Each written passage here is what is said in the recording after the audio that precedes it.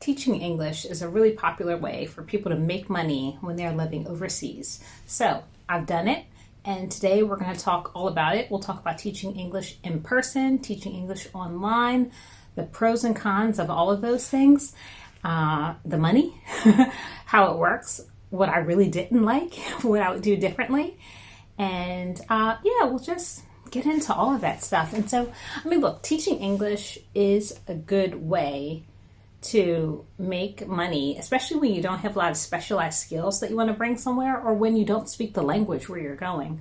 So like for me, when I first moved to France, I was looking for totally different types of jobs, but my French was not good enough to just work at a lot of different companies and maybe a position that I would have in the US, just because I was still, learning the local language. So I started teaching English. Now I worked for a company that was teaching English in person initially.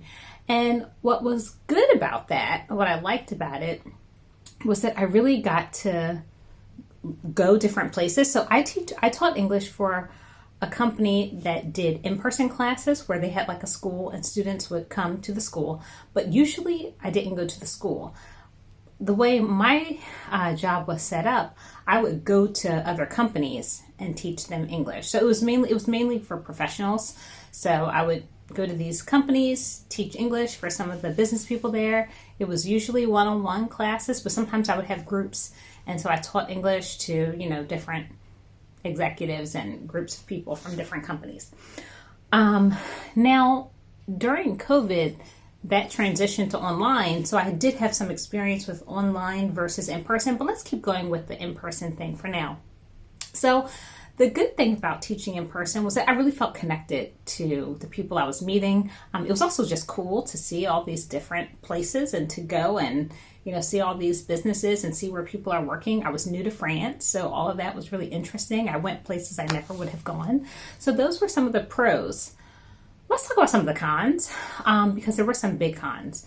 And some of the cons was that I was paid hourly, but I was paid hourly based on the time with the students. Now, anyone who's ever worked as a teacher knows that there's a lot of time that you spend preparing. And then I was in person, so getting from class to class, none of that was paid time. Technically in the contract it was, but it was the kind of thing where it's like, okay, they tell you you're going to get paid $20 an hour for each class, and that's what you get. But then in your contract, it says you're really getting $15 an hour per class, because then you get an extra $1 per hour to get you from here to there. You get $2 to grade. It's like semantics, right? Really, what you're getting is just the time for the class, and that's it. And so when I first started out, I didn't know. So let's talk about the money for a minute.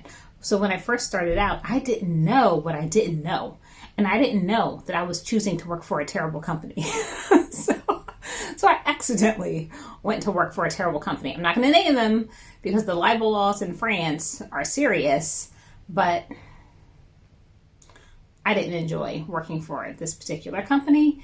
I don't feel like they were. So a lot of the places, so this is the bad part. A lot of places, when you're teaching English in a foreign country, there's a lot of foreigners coming in. So basically they can take advantage of people. Like they can pay you poorly and not value you. They just treat you like, American number 7,422. That's who you are. That's how I felt at that company. And no care was given. They didn't care about any of the teachers and things like that, in my experience.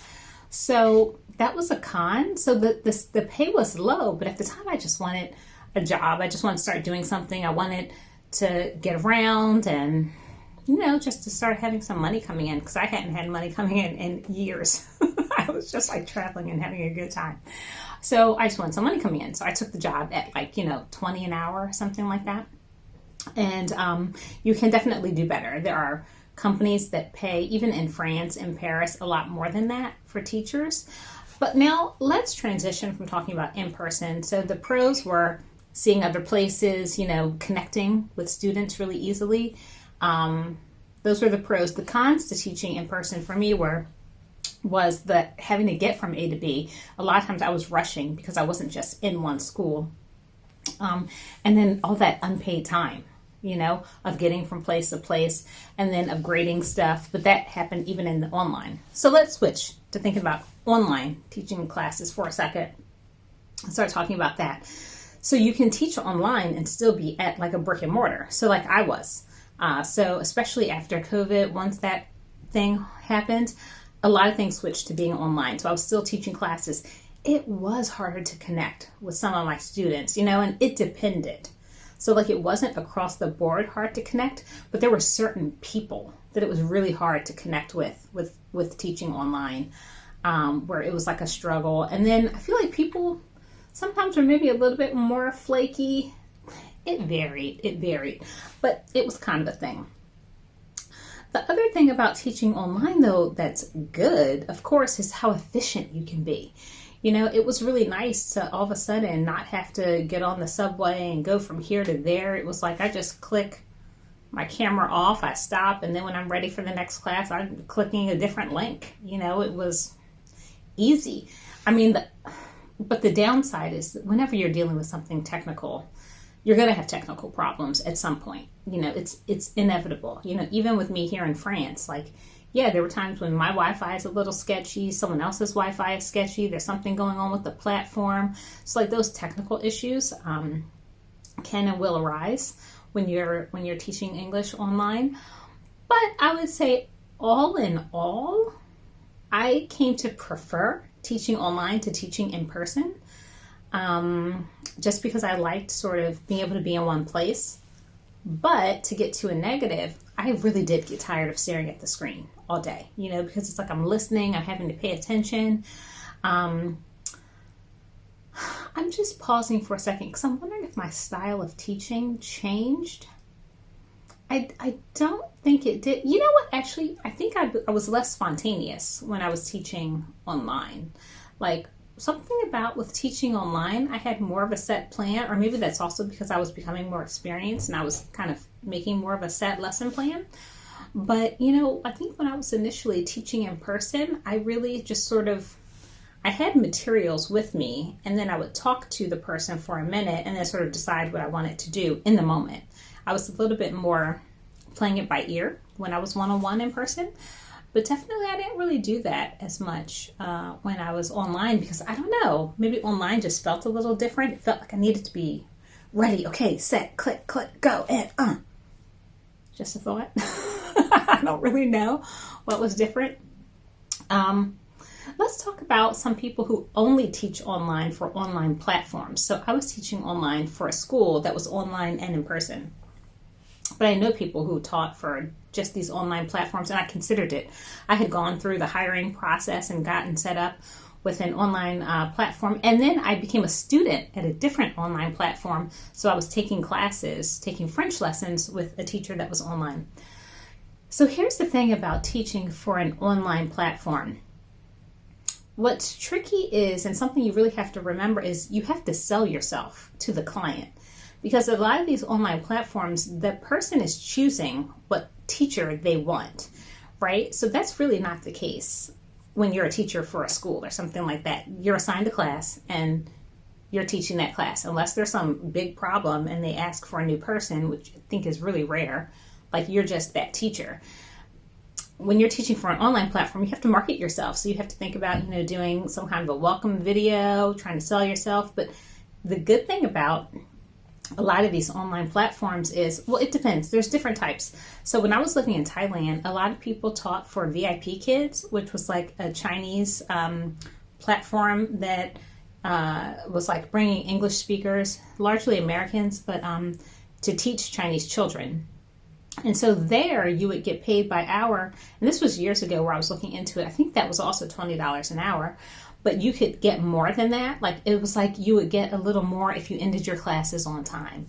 You would get a little more if you did XYZ. So there were ways to get more than that. And then, of course, I think over time you could get higher pay and things like that.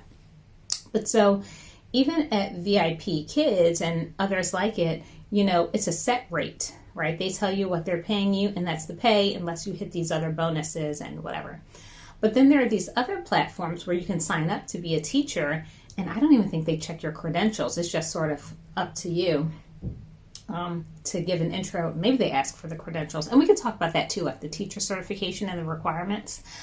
But so some of these online platforms, what's nice is that you set your rate, right? And you can start out with like a lower rate just to get some good reviews or to get some clients under your belt to get comfortable, and then raise it, and so that's, I think, is a nice thing. But keep in mind, still, you have to do the marketing legwork, right, at these sites. It's not like they're just going to send you out and you're guaranteed a certain number of hours.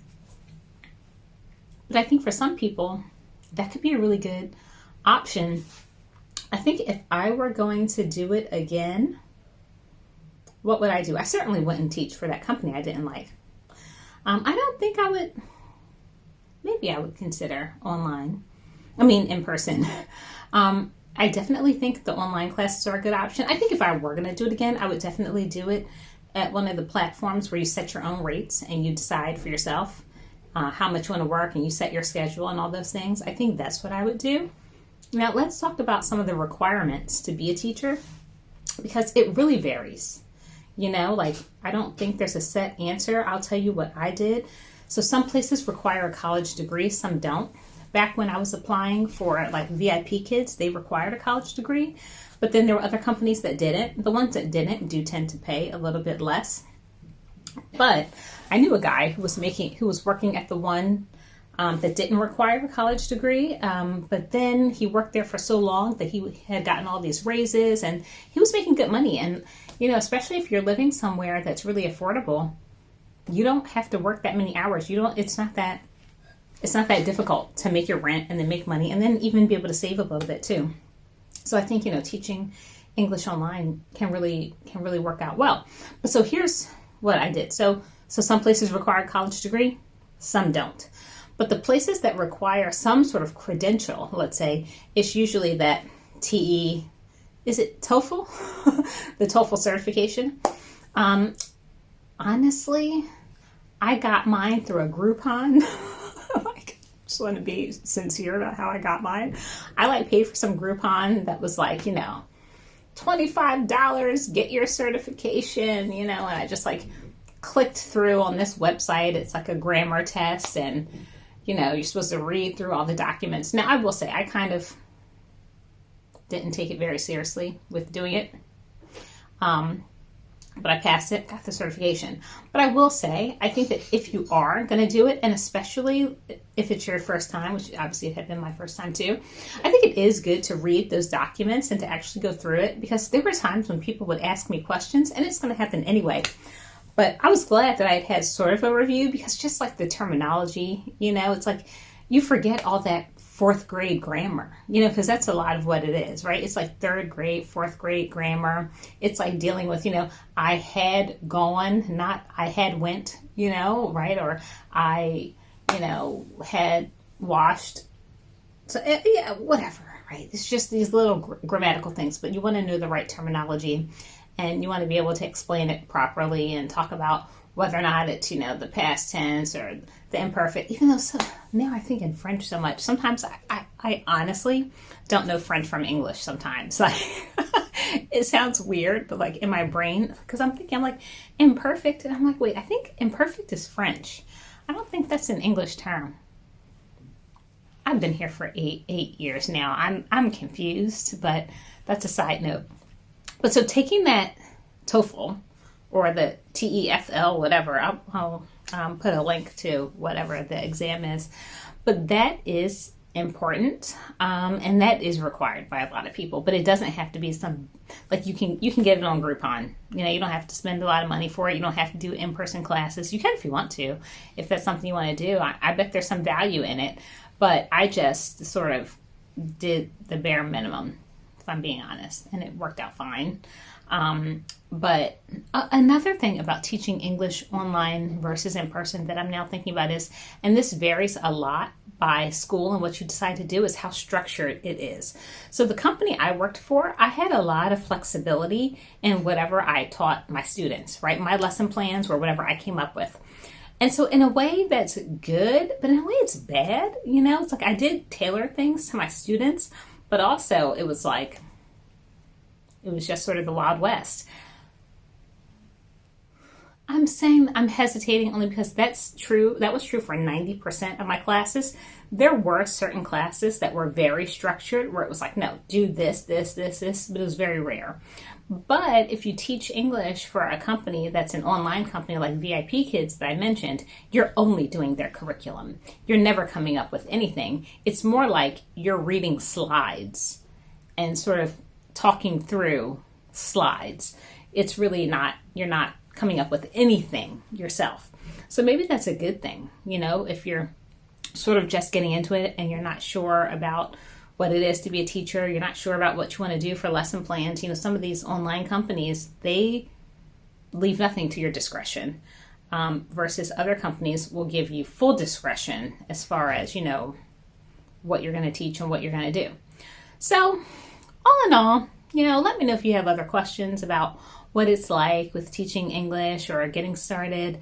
I definitely think it can be a good thing to do, but I think it's sort of the kind of job that you do when you're getting started in a country and you want to make a little money. It's just I see it as being a means to an end. It's sort of temporary. It's like while you're learning French or while you're learning the local language, okay, or while you're setting up your other businesses and whatever, and you need to fund your life, cool.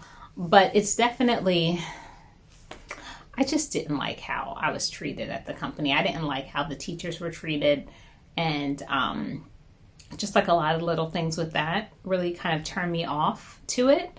But it's still a good option. It's still something that is positive overall, I think, for a lot of people.